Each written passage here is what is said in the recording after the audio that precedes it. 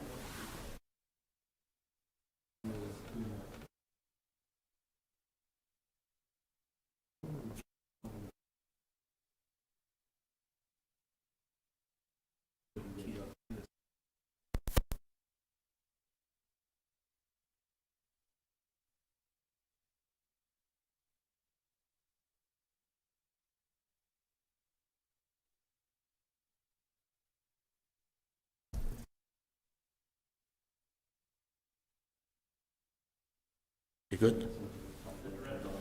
He's on the phone. Are you ready? Pete, are you ready? Mr. Hamilton?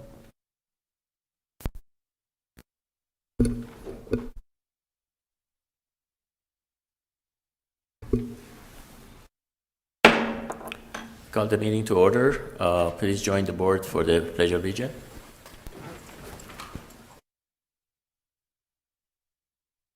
I Pledge allegiance to the flag of the United States of America, to the republic for which stands one nation, under God, indivisible, with liberty and justice for all. roll call, please.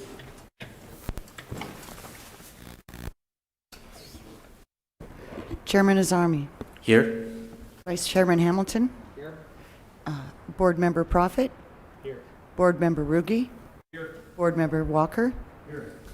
And I believe Board Member Renner is on the line. Correct, I am here. Okay. We have a quorum. Thank you. Okay.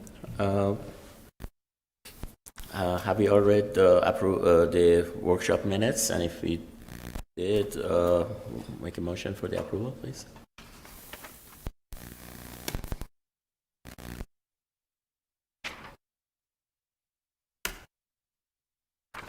Anybody wants to make a motion? I'll make that motion. Okay, we have a motion by Board Member Walker. Second. We have a second.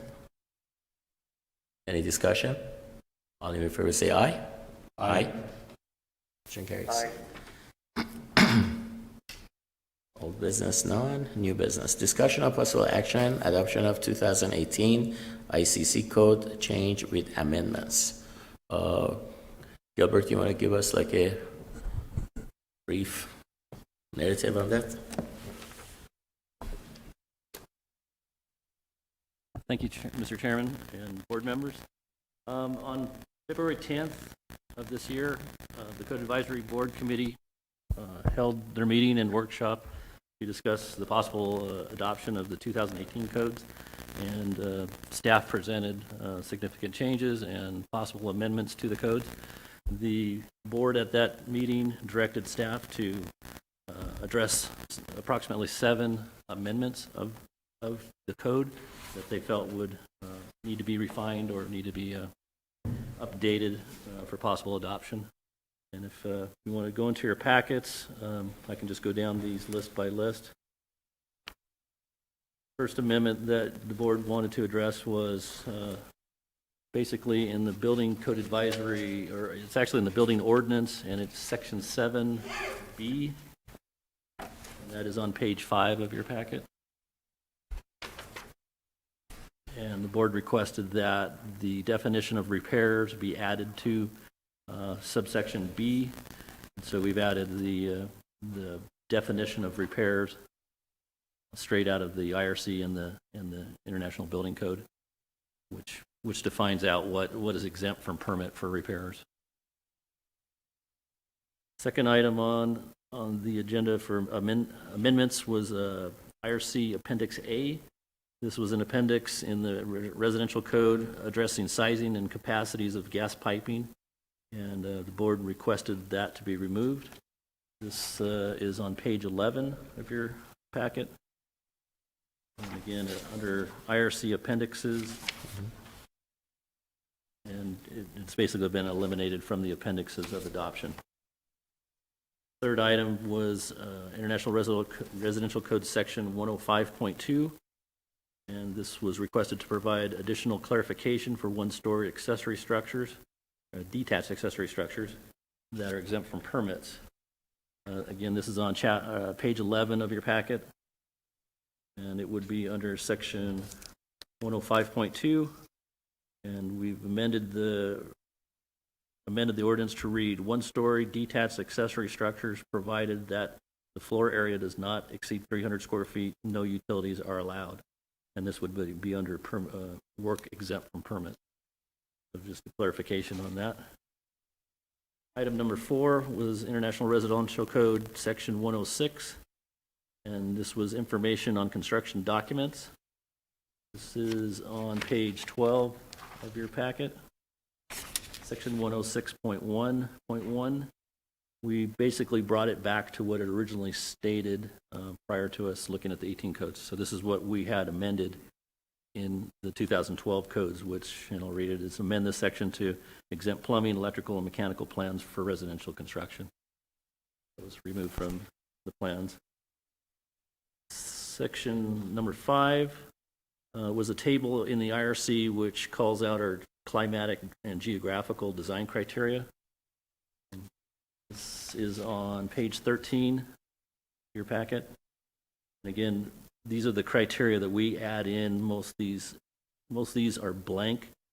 We did have a 115 wind speed in there in air, and so we've actually struck that out and actually put in the 96 mile an hour wind speed. That's required for the 18 code. Number 6 item that was to be addressed were tables 1102.1.2 and 11.2.1.4. This was regarding window fenestration ratings and insulation ratings. This is on page 14 of your packet. And again, 11.02.12 and 0.14. The current limit was 0.30 or 32 for the minimum or maximum window fenestration rating, and we've amended that to a 0.40 according to our board members' direction. Okay. Item number 7 to be addressed was the kitchen dishwasher branch circuit, section code 3902.10. Had some discussion since the meeting. It was felt that a lot of times the kitchen dishwasher is actually routed through the cabinet and plugged into the garbage disposal outlet under the sink. Typically, the garbage disposal outlet is switched.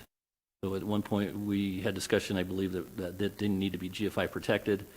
We feel if that's kind of a dedicated circuit put into that second duplex plug, then they can't access that for something else, and so that would be acceptable.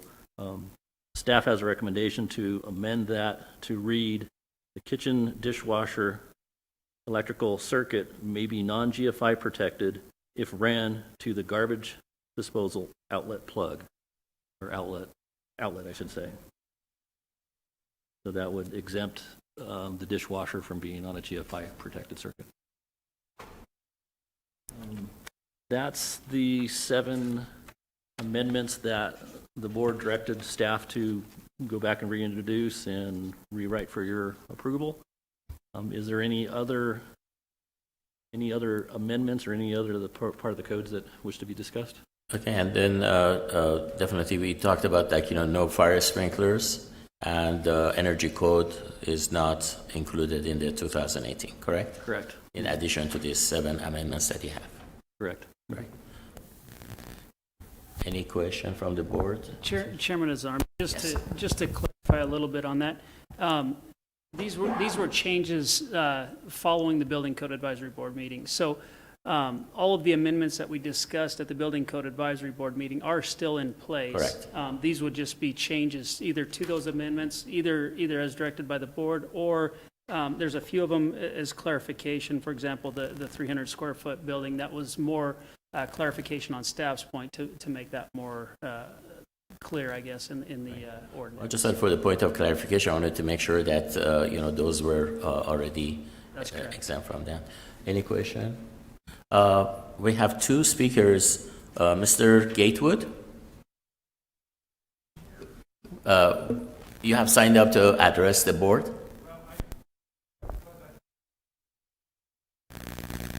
Okay, well, if we have any question later on, let us know.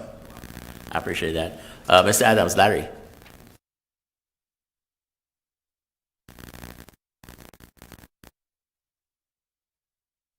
Please state your name and your address for the record, please. Larry Adams, 2007 Highway 95, Bullhead City. I'm here representing Mojave Valley Contractors Association. Okay, Chairman, Board, I sent out a response to the county's reasons for adopting the building code. I didn't have everybody's email address. I asked it to be forwarded. Did everybody get it? You got it? We all got it? Okay, thank you. So we addressed in writing there every reason the county thinks we should adopt the new building code. We addressed them in writing as to why we think they shouldn't. So if you've got that response, I'll just hit a couple of high spots here. Now, as far as I know, but the rules change pretty frequently, and we're not notified. But even now, we can elect to have plans reviewed in the county under the 2006 building code. We've done that for a number of years. I don't believe that's changed. So in effect, we're under the 2006 building code in the county right now.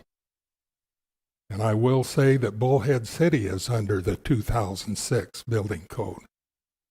And I would tell you that Bullhead City, of their own volition, without our encouragement, stated very flatly, we will not update the building code. We're still under 2006. They saw no reason to do it. Administrations can change. They may do it sometime in the future. But it's 14 years we've been under 2006 building code with no problems. We're still under it. Works just fine. And I will say that there's a whole lot less amendments in Bullhead City to the 2006 building code than we've got in the county under 2012 and what's proposed under the 2018.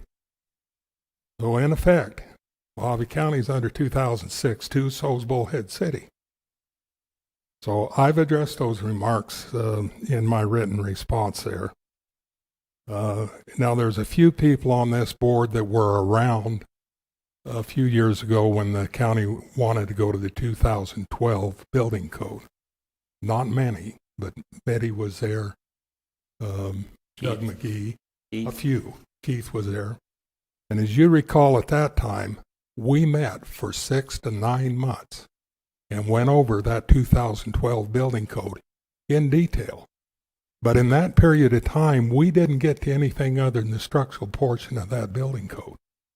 And I'll recall everybody's memory. There was some things we really objected to in there. And after that review process was over, this board voted unanimously not to adopt that code. And some of the main concerns that were in it at that time, as I recall, we're going back a number of years, was increasing the wind requirement in Bullhead or in Mojave County. Another one that was a big issue was overhangs and 5-foot setback and fire requirement.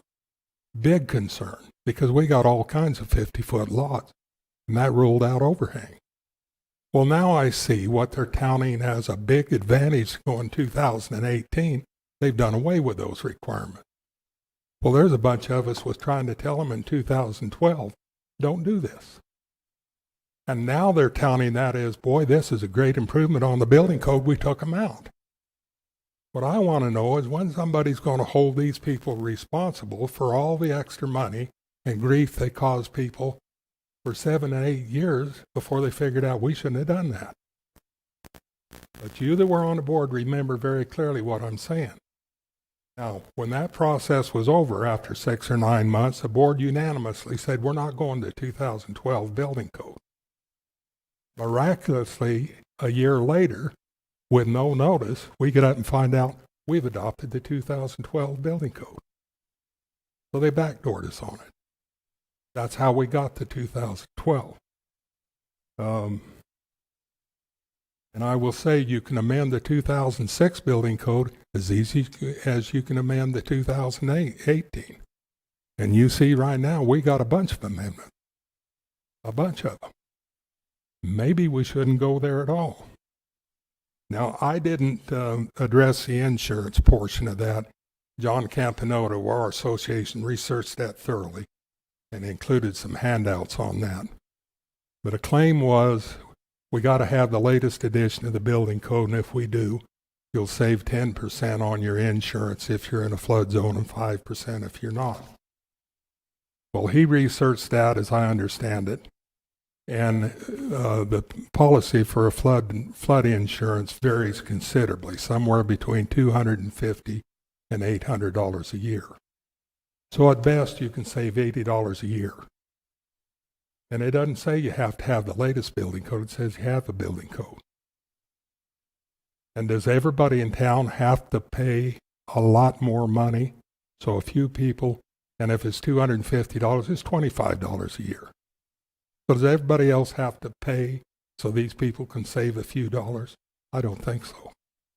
And I don't think it's valid to begin with. I'm sorry Mr. Campanetto isn't here to address that in more detail. But he did a lot of research on it. He included in your packet the documentation. This just isn't valid. The other thing that gripes me more than anything else is nobody ever considers the economic impact of doing these things. We don't do it on the local level. They don't do it on the national level. Nobody cares what it costs. It matters, and it matters a lot. And people are out of money. They can't continue to just keep adding to it and adding to it and adding to it. What the economic impact of 2018 is going to be, I can't tell you. It will take years to go through all those codes. Building code's one of them. Now you got all the companion codes. It'll take years before we'll figure that out. And again, there's no demonstrated need. There's been no disaster in Bullhead. Everything's fine. There's no demonstrated need that we need to do this in the first place. So I'd encourage you not to do it. Everybody knows what we got now. It's working just fine. There isn't a problem I'm aware of. If there is a problem, then amend it and address it. But we can do that with 2006 a lot easier than we can 2012. I'll answer any questions you might have if I can, and I thank you for your time. Thank you, Larry. I appreciate that. Any question, Speaker? Thank you. Thank you. Gilbert, if I may ask you to elaborate on some of the comments, especially the 2006, 2012, and my understanding was that both of those were processed, and there was a choice for a builder to build under 2006 and or 2012 with the amendments that was followed by the advice of the Code Advisory Board and approved by the Board of Supervisors. Is that correct? I mean, could you elaborate on that? Chairman and board members, when the 2012 codes were being looked at for adoption, there was some concern with the wall bracing provisions of the 2012 code and the wind loading. Also, there was the energy code. So the Code Advisory Board basically actually adopted the 12 code with the 2006 energy provisions and the 2006 wind loading requirements.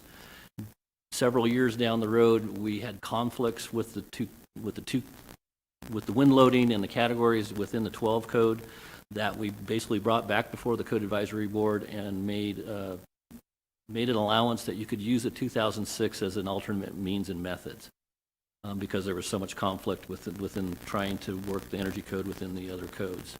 So currently, we do allow the 2006 to be used under alternate means and methods. So the correction that was made was to make sure that there would be no commingling of 2006 and 2012 in that era. Correct. That was if I recall correctly, that was basically so you cannot take some from 2006, some from 2012. So either you build it under 2006 or you build it under 2012 with the amendments that it had, right? That's correct. And we still never adopted the 2012 Chapter 11 Energy Code for residential. We've always been under the 6. Okay. All right. Do you have any other comments based on what you heard? Just some comments. Also, in the 12 code did increase the wind loading from a 95 mile an hour to a 115. That wasn't, I won't say an error, but it was changed back. So we've gone back down to a 96 mile an hour, which is a significant change, and that's an advantage of this code. The other is setbacks and overhangs. Again, there's a provision in there now that allows a further projection of overhangs into the setbacks with fire rating. Again, that's another advantage of the 18 code that's addressed those subjects. Came to our attention, too, that basically we came across an estimated cost of building code changes. There was a study put out by Home Innovation Research Labs, and this is in your packet. There's a summary of the estimated cost of building code changes from the 2009 code, the 12 code, the 15 code, and the 18 code. And it was a private study done for the Nation Association of Home Builders.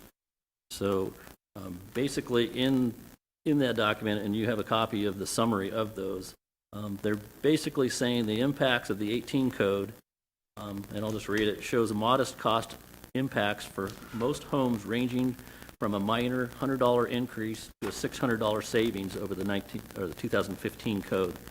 Homes in moderate or high seismic regions or coastal flood zones may see significant cost increases, which we have neither of those zones in our county.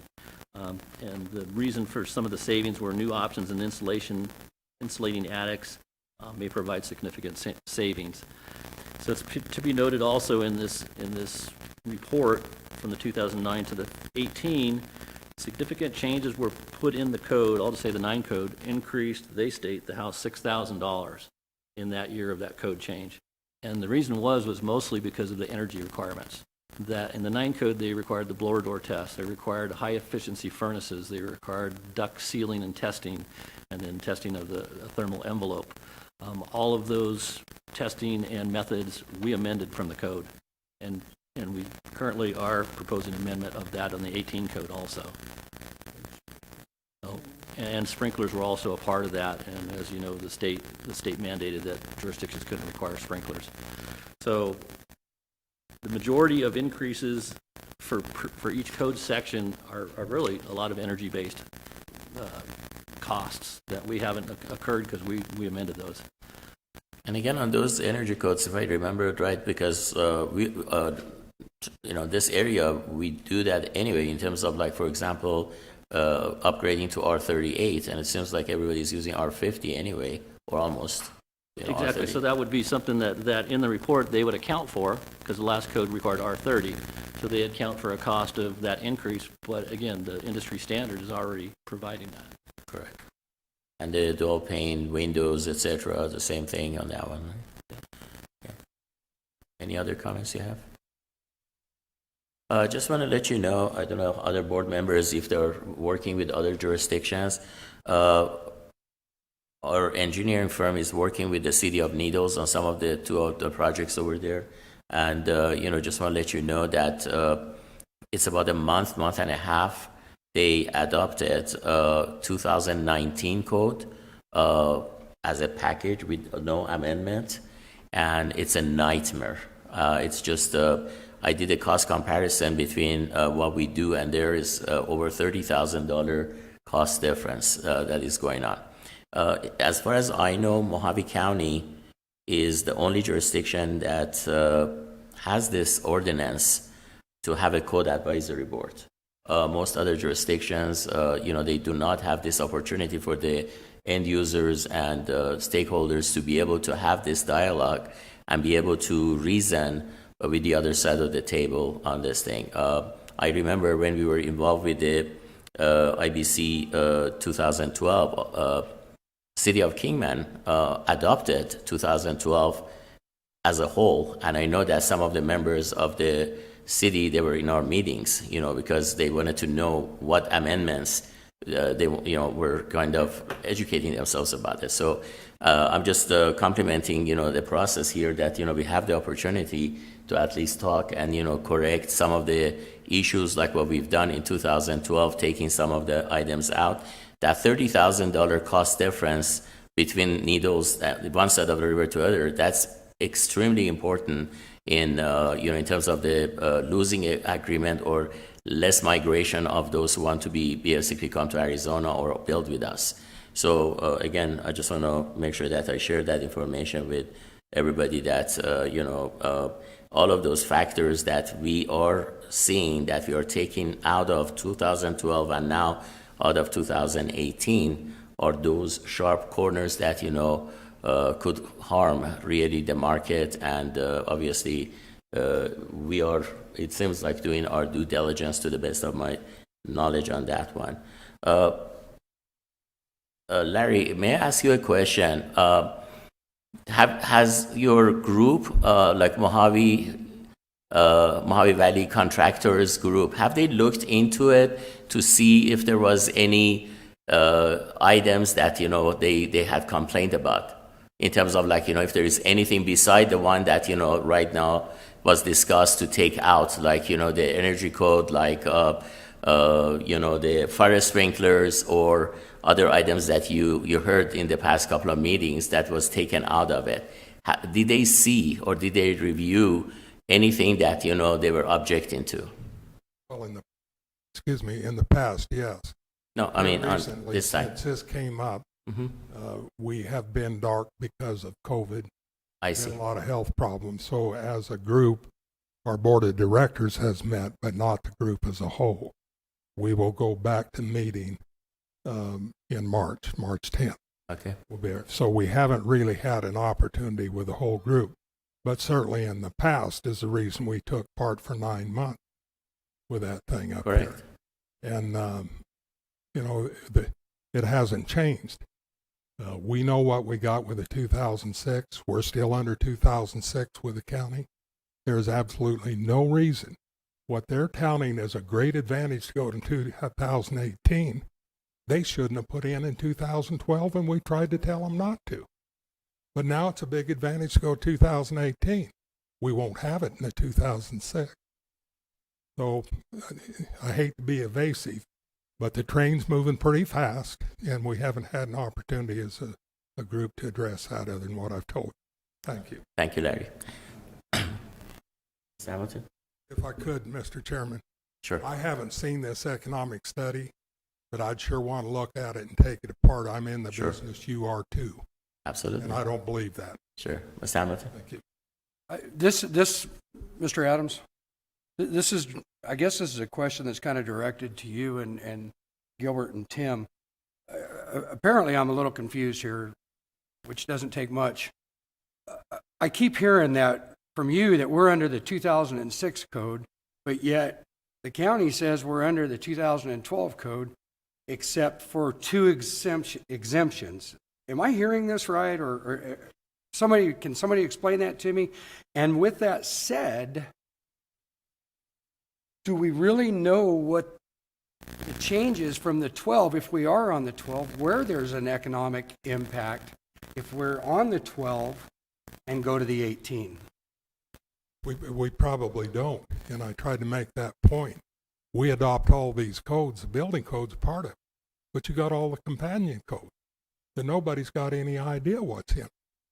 So I'll stand here and tell you and won't blush when I do it. Nobody's got any idea what the economic impact of this action is. We will discover it over a number of years. But even today in Bullhead, under 2006, we get our chimes rung with new things that somebody's found in the book somewhere. The latest one that causes me all kinds of trouble is balliards in front of water heaters in garages. And the clients just hate them. They can't use a garage. They're trying to walk around them. And who found that somewhere in a book, I have no idea. But they did. And that's $400 by itself. So when I hear these claims on economic thing, I say, I really have a very, very strong suspicion that that's not very accurate. But yeah, we're under 2006. We Yeah. always turn our plans in under Yeah, 2006. I think there is a correction on that. Gilbert? Board Hamilton. Thank you. If I could explain a little bit. Again, when we went to the 2012 code, we adopted it with some provisions of the 6 code, which created a conflict between the two codes. So we did make an allowance to use the 2006 code as an alternate method, but the majority and the adoption of our codes were the 2012 codes. Let me explain that to you, Mr. Hamilton. The way my understanding is, at this moment, that's at this point, you can turn in your permits and everything with the 2006 and or with the 2012.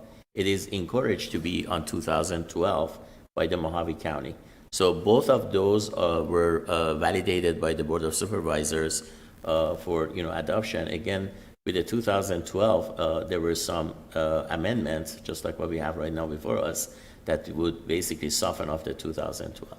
So if I understand correctly, I just want to be clear, we are actually under the 2012 code with a couple of exception amendments or amendment exceptions that allow us to use some stuff in the 2006. We're not fully under the 2006. Is that correct? Chairman Azarmi, Board Member Hamilton, the board is on the 2012 codes.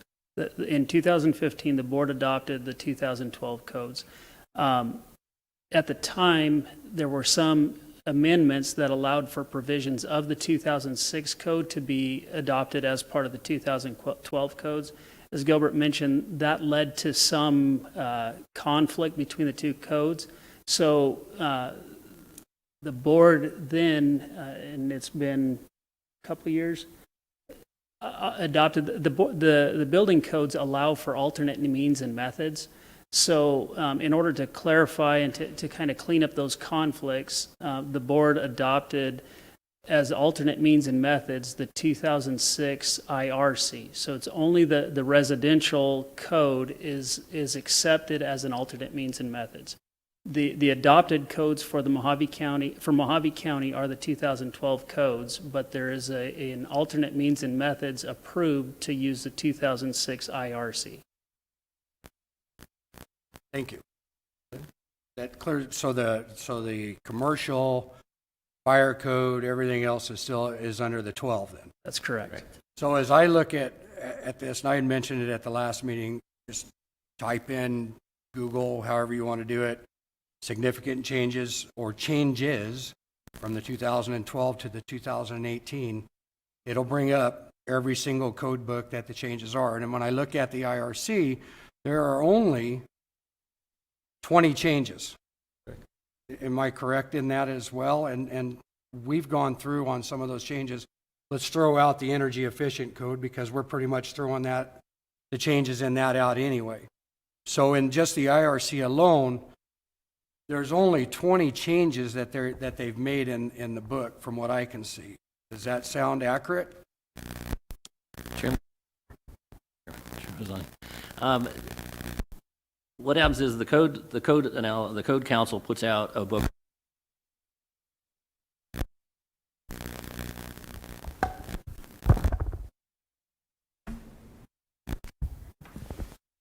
Microphone problem here. So the code council puts out a book of significant changes, and they're probably the 20, and I believe we did give you the book of that. Yes. Now, there are other changes in the book, and they could be clerical changes. They could be just differences in tables. They're not technical changes. So there are changes in the book, and they are outlined in black on the side of the books. A lot of times I'll say there was here's an example, was accessibility was a word that was vague, so they had to redefined it to be readily accessible. So there's some changes in the codes that were just clerical and just definition changes, but the significant change portions of it are what the council and what I presented to you in our meetings too, of what would be a significant change in the code that would be a change or an impact that would be. Thank you. But with that, I would just like to add, Mr. Adams, you had said that the board had adopted a year later after the board had unanimously voted no. I believe it's the Board of Supervisors that have the final say on the adoption or not. So we weren't the ones, or this board, I wasn't on it, these guys over here. It wasn't them. It was the Board of Supervisors at the time. And all we do is the recommendations of these amendments or adoptions. So and the chairman hit the nail on the head, no pun intended, Advisory Code Board, but hit the nail on the head that we are able to work with the other side, if you will, to try to make this work right for all of us when other cities or municipalities and counties and states cannot. So, but the big significant cost from what I understand has been the energy code, and we're kicking the 18 out anyway, correct? And fire sprinklers at the same time. Right. And again, what Gilbert is stating is the 20 items that you're saying you're correct, but there are a lot of those items that are clerical, except for these 7 items that he read at the beginning of the meeting. Those are the one that, yeah, exactly. And then actually one of them, number 7, is going to be going back to, which is the dishwasher, which is going to go back to what we had before. So it's actually 6 items that we have. And again, it seems like, I had the opportunity, just like I noticed that you're looking into all these different things, and I did not see anything that was a hidden, harm, to the thing. And I think that, the nice thing about this, working Code Advisory Board and also the Mojave County and all that is that if, let's say, Mojave Valley contractors on their March 10th, they have a meeting and they find an item that is basically going to be an issue, then we have the opportunity to go before the Planning and Zoning and also with the Board of Supervisors to say the hardship that can create, the way I see it.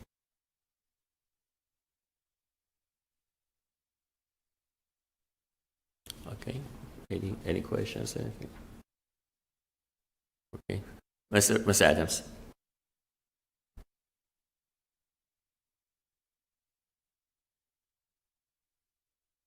Thank you for indulging me. I just want to try to clarify again. The building code officials told you what they consider to be significant. As you can see, I'm pretty old. I've watched this game for a lot of years. They always throw a few carrots out there to get you to go along with this. The point is, there are hundreds of changes, hundreds. What we think is significant may be different from what they think is significant. But for people to believe, and that frustrates me in the nth degree, there's only 20 changes here. That book's grown from this to this.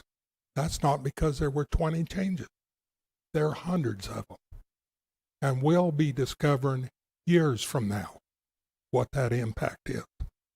Mr. Adams. Just absolutely false. See, Mr. Adams, what we did during the Code 2012, which I know you were part of it, and I know Keith and others were part of it, we did a self-study. Remember that, we were basically assigning 100-page per session and a study and go through it and come back and debate on it.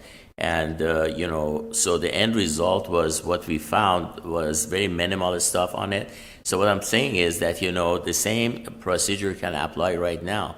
So if you and your Mojave Valley Contractors Association, if they find something that is a significant, we have time. I guess you said that you guys going to meet on March 10th, right?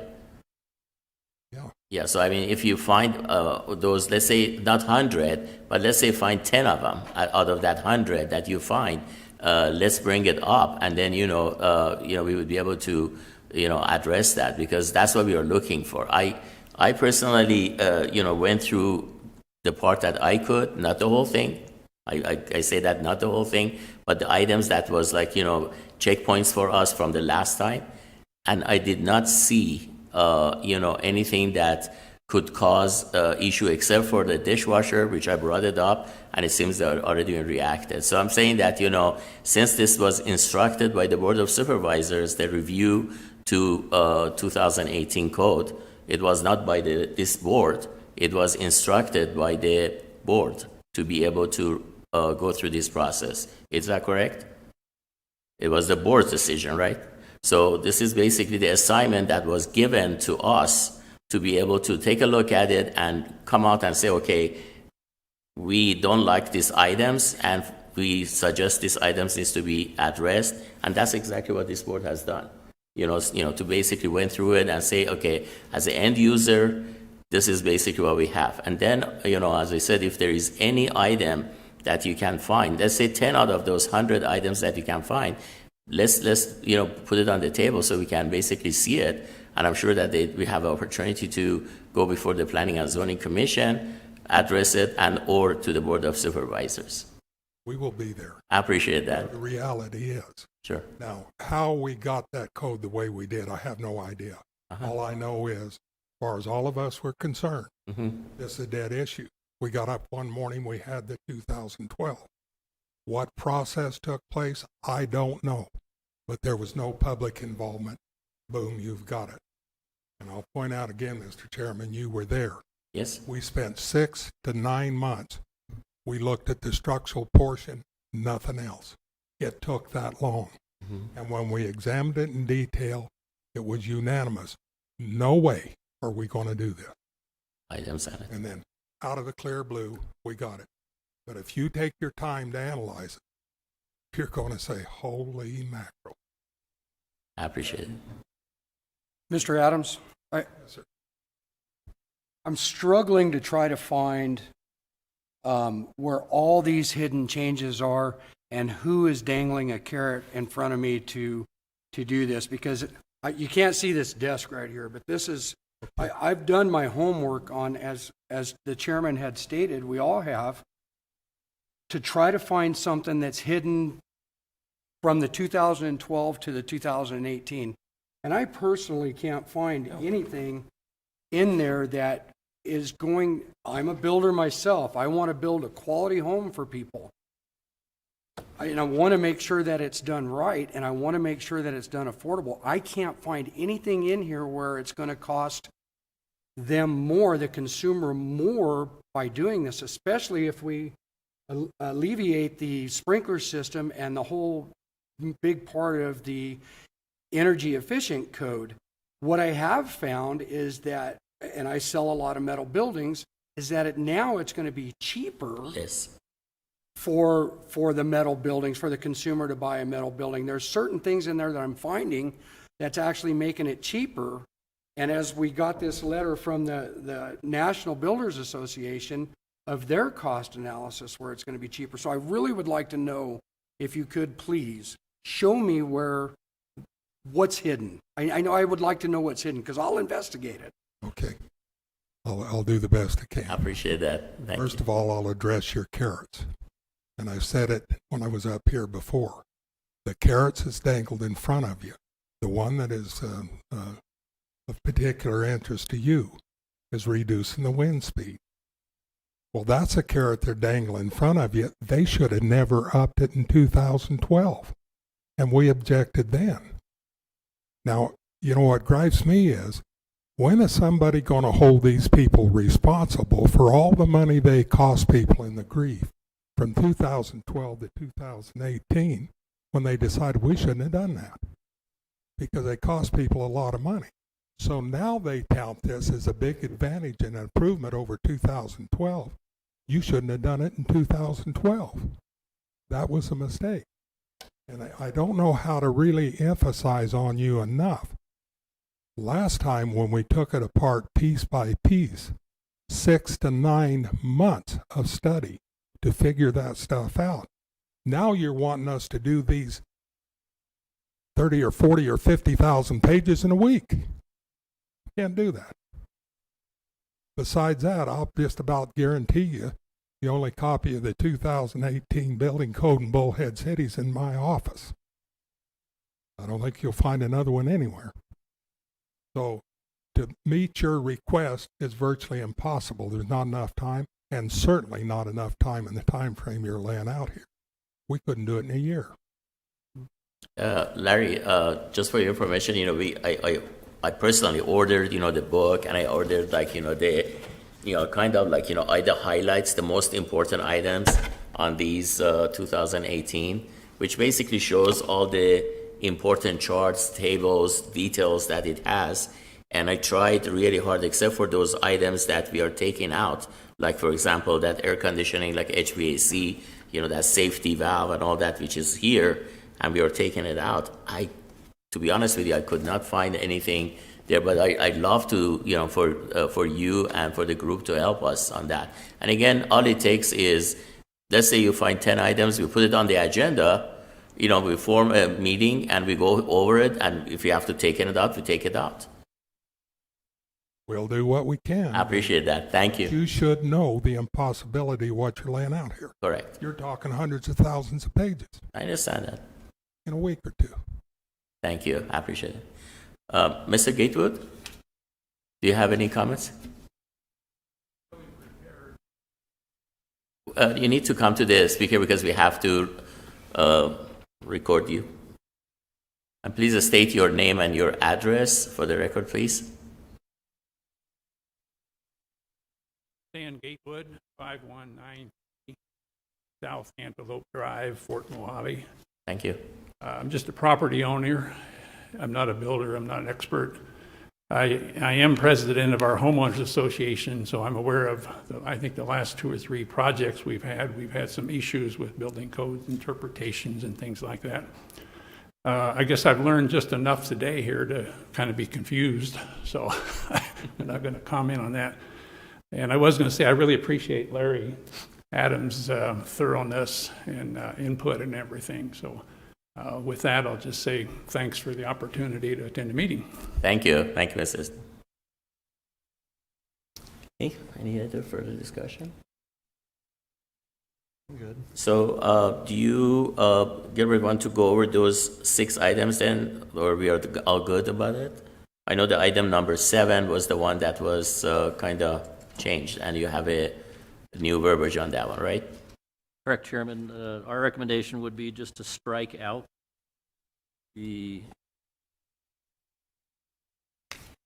so with the strikeout of that, the ordinance would read, exception, the kitchen, dishwasher, electrical outlet may be non-GFI protected, period. Okay.